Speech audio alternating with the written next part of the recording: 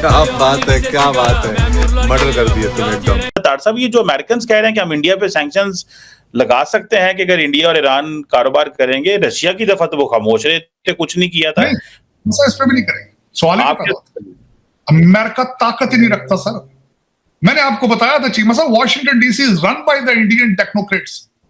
Washington DC is run by the Indian technocrats. इन sanctions लगाएंगे, Google और CEO, Google और माइक्रोसॉफ्ट वाले सारे बैठे नहीं इधर। ने कहा था इंडिया कुछ करने जा रहा है। कल मैंने वीडियो में बताया था आपको, कल इंडिया ने कहा था कि अब अमेरिका की हाकिमियत दुनिया में खत्म हो गई है। आज इंडिया ने ईरान के साथ ये एग्रीमेंट कर लिया। दोस्तों, दुनिया पैगाम को ज्यादा से सकता है, लेकिन सिर्फ एक बंदा कर सकता है, उसका नाम है नरेंद्र मोदी, बस। और कोई बंदा ये काम नहीं कर सकता। ईरान ने विजिट तो पाकिस्तान का किया, लेकिन 10 इयर्स डील की है इंडिया से। इंडिया और ईरान की चाबहार पोर्ट की 10 ईयर डील कितनी सिग्निफिकेंट है, और इसके ऊपर मैं आपको भी बताई दे रही हूँ। आप ये नहीं चले लिखे ना, क्योंकि कुछ भी हो सकता है, लेकिन मेरा ये तज्जिया है कि इंडिया के ऊपर कोई सैंक्शंस वगैरह नहीं लगाई जाएंगी। भाई बिल्कुल नहीं होगा ऐसा। जय हिंद दोस्तों, पाकिस्तानी मीडिया में एक खबर चल रही है कि क्या अमेरिका भारत पर सैंक्शंस लगाएगा, क्योंकि पाकिस्तान को ईरान के साथ डील करने के लिए अमेरिका ने मना किया था। आपको पता ही है कि ईरान के सदर कुछ दिन पहले इब्राहिम रईसी पाकिस्तान आए थे और उन्होंने कहा था कि हम $10 बिलियन का आपके साथ सौदा कर सकते हैं, ट्रेड हो सकती है। लेकिन अमेरिका ने पाकिस्तान को धमकाया कि सैंक्शंस लगा दिए जाएंगे। तो भारत पे भी क्या सैंक्शंस लगेंगे, क्योंकि ईरान के साथ चाबहार पोर्ट के लिए भारत ने 10 ईयर लॉन्ग डील साइन कर ली है। इसी के ऊपर पाकिस्तानी मीडिया के रिएक्शन हम देखेंगे। अगर आप चैनल पर नए हैं, चैनल को सब्सक्राइब करना मत भूलिएगा। तार साहब, ये जो अमेरिकन कह रहे हैं कि हम इंडिया पे सैंक्शंस लगा सकते हैं कि अगर इंडिया और ईरान कारोबार करेंगे, रशिया की दफा तो वो खामोश रहे थे, कुछ नहीं किया था। इस पे भी नहीं करेंगे। सवाल अमेरिका ताकत ही नहीं रखता सर। मैंने आपको बताया था चीमा साहब, Washington DC is run by the Indian technocrats. Washington DC is run by the Indian technocrats. इन सैंक्शंस लगाएंगे, गूगल और सीईओ, गूगल और माइक्रोसॉफ्ट वाले सारे बैठे नहीं इधर। How dare you do that? ये मजाक है, ये मजाक है चीमा साहब। ये वेस्ट का अलायंस है भारत के खिलाफ। इनको चक्कर आ रहे हैं उनकी 8.4% ग्रोथ देख देखकर। वो they are non controllable, regardless जो कुछ मर्जी करे। आपका क्या ख्याल है, भारत ने जो ईरान के साथ डील की थी, वो आंखों से अंधे से जाके जो करके इलेक्शन के दौरान उनका मिनिस्टर गया जिसने डील की, ऐसे ही। आपका क्या ख्याल? उन्हें नहीं पता होगा कि ये इन्होंने पाकिस्तान को पाइपलाइन से मना कर रखा है, अगर हम करेंगे तो ये क्या करेंगे। खैर, पाकिस्तान इंडिया का तो उनका कंपैरिजन नहीं है। आपको तो वो रोजाना आपके बाजू में रोड के थप्पड़ मार रहे हैं IMF वाले सुबह शाम। इंडिया ले ले तो फिर पाकिस्तान को भी अलाउ करना चाहिए, अमेरिका को। ये तो थोड़ी बात है कि इंडिया जो मर्जी करता रहे, पाकिस्तान नहीं कर सकता। क्यों करें चीमा साहब? वो भूखे नंगे थोड़ी है। वो उनका $600 बिलियन है, उनके टेक्नोक्रेट है, व्हाइट हाउस के अंदर बैठे हैं। आप कौन है?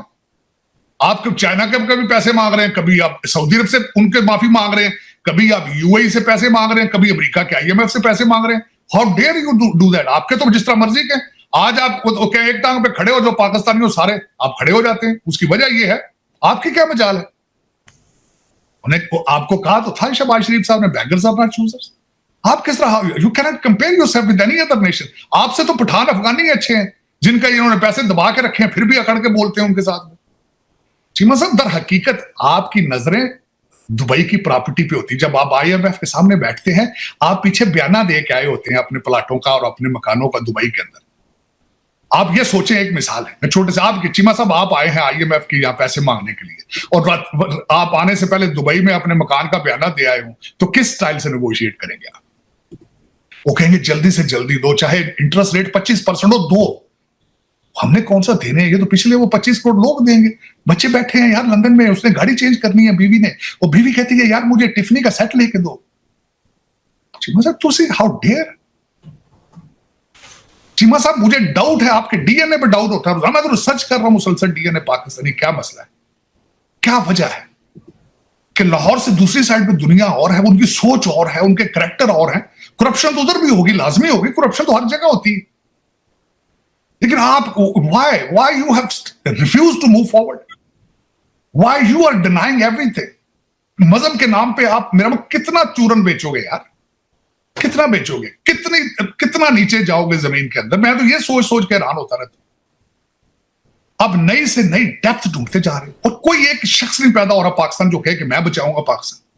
पता नहीं तकरीर करन जाते हो, पासिंग आउट परेडा थे उत्थे कहते हो हम पाकिस्तान के लिए, वो किस तरह करोगे यार? ये $22 बिलियन का जवाब पूछो ना इनसे।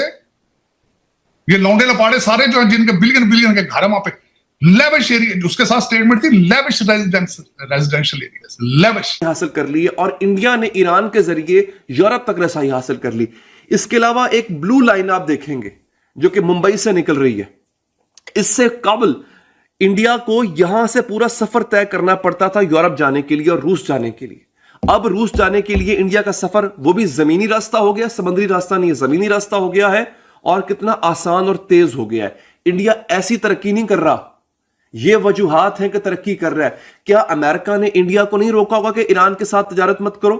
वो बाज आया, वो नहीं आया। दिन के अंदर ही अब ये खबर आ रही है कि इंडिया और ईरान ने 10 साल डील कर ली है और इस 10 साल डील में अब ईरान की चाबहार पोर्ट का तमाम कंट्रोल इंडिया के पास चला गया है कि इंडिया पर सैंक्शंस लगेंगी ईरान के साथ कारोबार करने पे। आप मुझे ये बताइए कि क्या इंडिया ने जब तेल लिया है रशिया से, जिस वक्त यूक्रेन और रशिया वॉर स्टार्ट हुई है और अमेरिका की तरफ से बहुत ज्यादा दबाव था और पूरी दुनिया को कहा गया था कि रशिया से कोई तेल नहीं लेगा, रशिया के साथ आप अपने ताल्लुकात खत्म कीजिए, क्या आपने देखा कि उस वक्त इंडिया ने उनसे तेल लेना छोड़ दिया? ऐसा नहीं हुआ। इंडिया ने भरपूर तरीके से दबा के तेल लिया है रशिया से। जिस तरीके से वो चाहते थे उन्होंने रशिया के साथ उस दौरान भी कारोबार किया। किसी ने कुछ कहा? कोई कुछ नहीं कह सका। किसके ऊपर सैंक्शंस लगी? क्या इंडिया के ऊपर सैंक्शंस लगाई गई थी? नहीं लगी। इसकी वजह यह है कि जब आप अपने पांव पर खड़े होते हैं, जब आप दूसरों को बिजनेसेस दे रहे होते हैं, जब आपकी फॉरेन पॉलिसी इंडिपेंडेंट होती है। मैंने कहा था इंडिया कुछ करने जा रहा है। कल मैंने वीडियो में बताया था आपको, कल इंडिया ने कहा था कि अब अमेरिका की हाकिमियत दुनिया में खत्म हो गई है। आज इंडिया ने ईरान के साथ ये एग्रीमेंट कर लिया। दोस्तों, दुनिया बहुत आगे जा रही है और अगर आपको लगता है कि आलमी हालात पाकिस्तान पर असरअंदाज नहीं होंगे, आपकी मेरी जिंदगियों पर असरअंदाज नहीं होंगे, तो यह हमारी भूल है। खुदारा इसको सीरियस लीजिए, इस तरह की बातों को संजीदगी से देखिए। केमिकली इतना ज्यादा आप अपने घुटनों पर होंगे कि आपको तो हर 6 महीने के बाद एड मांगनी पड़ेगी और नाक रगड़नी पड़ेगी। प्राइम मिनिस्टर ये कह रहा होगा, तो फिर आप ये कैसे कह सकते हैं कि आपके ऊपर दबाव नहीं होगा, आप खुल के खेलेंगे? आप खुल के नहीं खेल सकते। तो जनाब, ये है सिलसिला और मैं आपको भी बताई दे रही हूँ। आप ये नहीं चले लिखे ना, क्योंकि कुछ भी हो सकता है, लेकिन मेरा ये तज्जिया है कि इंडिया के ऊपर कोई सैंक्शंस वगैरह नहीं लगाई जाएंगी। भाई बिल्कुल नहीं होगा ऐसा। आजाद कश्मीर की सूरत हाल आउट ऑफ कंट्रोल हो चुकी है। कश्मीरियों का गुस्सा ठंडा होने का नाम नहीं ले रहा। कश्मीरियों के जो भी मुतालबात थे वो मान लिए गए हैं।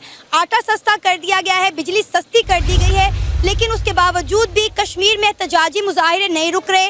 अभी तक वहाँ पे शटर डाउन हड़ताल चल रही है, जिसकी वजह से सूरत हाल को कंट्रोल करने के लिए वहाँ पर रेंजर्स और फौज की भारी नफरी तैनात कर दी गई है। वहाँ पे मुसलसल इंटरनेट मोबाइल सर्विसेज बंद है।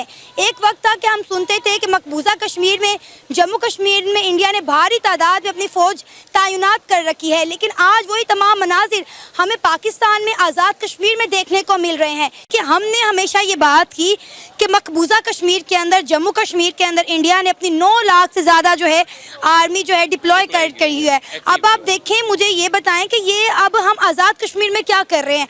आज़ाद कश्मीर में तो मेरा ख्याल है मकबूजा कश्मीर से भी ज़्यादा बुरे हालात हो गए हैं। जिस तरह हमने वहाँ पे अपनी आर्मी डिप्लॉय कर दी, अपने रेंजर्स डिप्लॉय कर दिए। 5 दिन हो गए मुसलसल वहाँ पर किसी से रब्ता नहीं हो पा रहा। आज़ाद कश्मीर में इंटरनेट सर्विसेज, मोबाइल सर्विसेज जो हैं वो शट डाउन है। इस वक्त जो है आज़ाद कश्मीर, मैं कहती हूँ पूरा का पूरा शट डाउन हो गया है। बिल्कुल ऐसे है। अच्छा, बेसिकली पता कि ये सब का मकसद ये है कि अगर आप उधर जो इंटरनेट सर्विस उनको प्रोवाइड कर दे या उनको फ्री हैंड दे दे, तो जो इमेज आपका जाएगा इंटरनेशनल प्लेटफॉर्म पे, वो इंडिया की में से आपके में से कोई फ़र्क नहीं पड़ेगा। इंडिया भी तो जुल्म कर रहे हैं ना कश्मीर के अंदर, तो फिर वो क्या इमेज आएगा कि आप भी जुल्म कर रहे हैं। मतलब इंडिया और आप में कोई एक फ़र्क नहीं है। जो आप एक जंग लड़ रहे हैं कि हम कश्मीर के साथ हैं, हमने आज़ाद कश्मीर वालों को बड़ा फैसिलिटेट किया, इवन कि उनका प्राइम मिनिस्टर होता है लेकिन वो कठपुतली होता है, सारे इख्तियारात आप पेश करते हैं। मतलब आपने तजवीज़ देनी होती है कि ये मामलात को इस सीमत में लेके चलना है, तो उसी के अकॉर्डिंग सारी चीज़ें चलती हैं। वो तो बस नाम के बेचारे प्राइम मिनिस्टर है या नाम का उनका जो सदर है, नाम की उनकी इंतज़ामिया है। तो इस तरह की सिचुएशन में जब आपको इख्तियारात ना दिए जाएं, आपके हाथ बांध दिए जाए, तो फिर रिटेलिएशन तो हर किसी तरफ से होनी होती है। कि आपने कहा कि मकबूजा कश्मीर में जुल्म हो रहा है, तो मैं आपको थोड़ा सा जो है ब्रीफ करती जाऊं कि मकबूजा कश्मीर में अब वो जुल्म और बर्बरियत नहीं रही। आर्टिकल 370 रिमूव होने के बाद जम्मू कश्मीर खुद कहते हैं कि जी जम्मू कश्मीर बदल चुका है, वहाँ पे डेवलपमेंट हो रही है, वहाँ पे डैम्स बन रहे हैं, वहाँ पे ख़वातीन को एम्पावर किया जा रहा है, लोगों को रोज़गार के मौके दिए जा रहे हैं। तो अब वो जम्मू कश्मीर नहीं रहा जो पहले था। देखिए बेसिकली जब आपने किसी पे रूल करना होता है ना, उसकी दो चीज़ें होती है। एक या तो आप उनको अपनी कॉलोनीज बना दें, कॉलोनियलिज्म जैसे ब्रिटिश ने हमारे साथ किया या फ्रेंच ने अफ्रीका के अंदर आके किया, फ्रेंच ने कनाडा के अंदर कैनेडास को कॉलोनीज किसी वक्त में बना के रखा।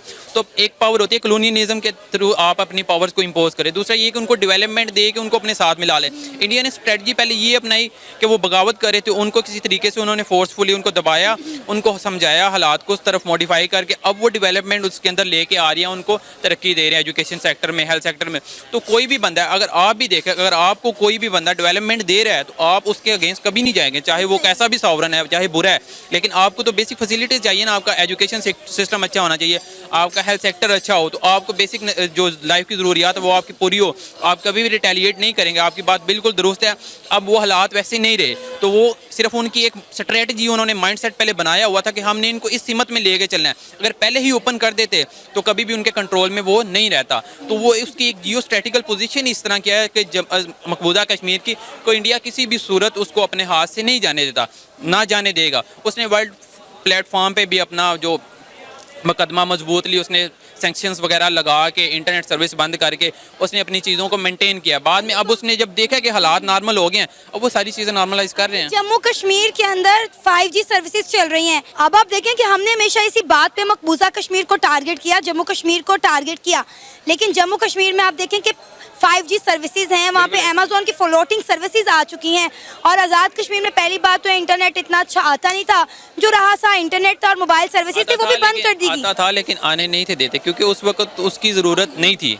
जिस चीज़ों को वो लेके चलना चाह रहा था इंडिया, जैसे उन्होंने, जब जाहिर सी बात है जब किसी ने आपके पे कब्जा किया हो तो वो आपको फैसिलिटेट या आपको आज़ादी उस लेवल की तब तक नहीं प्रोवाइड करेगा जब तक उसकी मर्ज़ी ना हो। अब उसकी मर्ज़ी है, अब उसको पता मैंने हालात नॉर्मल करिए, किसी सूरत भी हमसे बगावत नहीं करेंगे।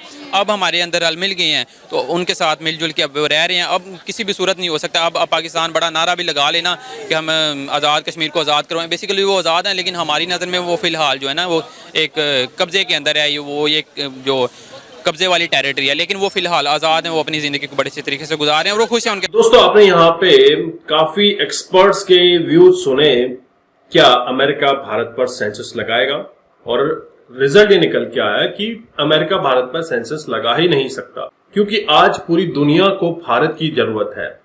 दुनिया की बड़ी बड़ी कंपनीज आज भारत में आ रही हैं। अगर भारत के ऊपर सेंसस लगाने ही थे तो वह जब रशिया से S-400 लिया था उस समय पर लगा था, जब रशिया से तेल लेने के लिए मना किया था उस समय पर भारत ने निडर होकर तेल लिया था, उस समय पर सेंसस लगाते, लेकिन सेंसस नहीं लगे। और उम्मीद ये भी की जा रही है कि आने वाले समय में इस बात को बिल्कुल ही नेग्लेक्ट कर दिया जाएगा और इससे भारत का रशिया के साथ, एशिया के साथ और यूरोप के साथ और इसी मायने में अफगानिस्तान के साथ काफी अच्छी डील हो पाएगी।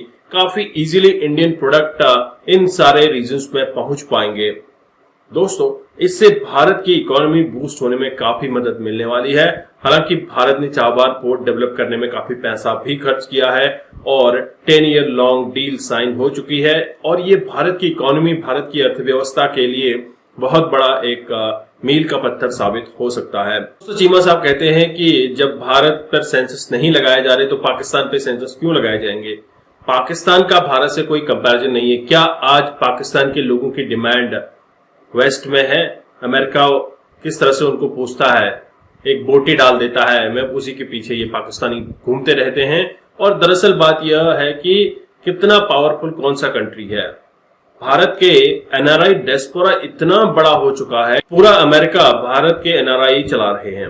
तो ये भारतीय डियास्पोरा बड़ा होने की वजह से भी एक प्रेशर बनता है। साथ ही साथ भारत का जो जीडीपी ग्रोथ है ये भी अमेरिका की आंखों में खल रही है, बट अमेरिका अभी कुछ नहीं कर सकता। अगर सारा dealing Russia, Afghanistan, Asia, Europe ये रुपये में करें या अपनी अपनी करेंसी में करें तो अमेरिका का वर्चस्व खत्म हो जाएगा। दोस्तों, उम्मीद यही की जा रही है कि डॉलर को जिस तरह से इन्होंने एक वर्ल्ड की नंबर 1 करेंसी बना दिया है, इसको तोड़ने का भारत के जितने भी देशों के साथ ट्रेड हो रहा है, रुपये में ट्रेड करने की कोशिश कर रहे हैं। दोस्तों, इससे भारत की इकोनॉमी बूस्ट होने में काफी मदद मिलने वाली है। आपके क्या विचार हैं जरूर कमेंट कीजिएगा। चैनल पर नए हैं, चैनल को सब्सक्राइब करना मत भूलिएगा।